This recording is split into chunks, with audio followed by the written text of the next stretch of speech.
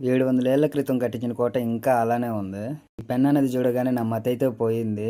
Hi friends, అసలు విషయం ఏంటంటే ఈరోజు సిద్ధవటం కోటకైతే వెళ్దామని అయితే వెళ్తున్నాము.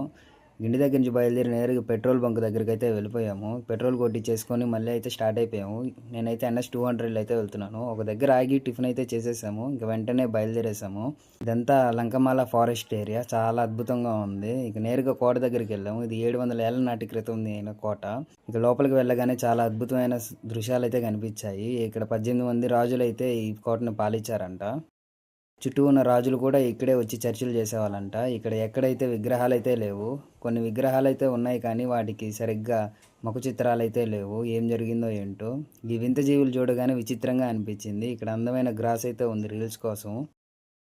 ఇక రహస్య గదులు కూడా చాలానే ఉన్నాయి. నందీశ్వరుడు పక్కనే శివాలయం అయితే ఉంటుంది. కోటకి తూర్పు వైపున మసీదు, ఇంకా ఆనుకొని పెన్నా నది అయితే ప్రవహిస్తుంది. ఈ కోట పైభాగానికైతే వెళ్ళాము. లొకేషన్ అయితే చాలా అంటే చాలా బాగుంది, అదిరిపోయింది. కాసేపు రీల్స్ అయితే తీసుకొని ఇక ఇంటికైతే రిటర్న్ అయితే వెళ్ళిపోతున్నాము. వీడియో నచ్చితే లైక్ చేసుకో బాస్.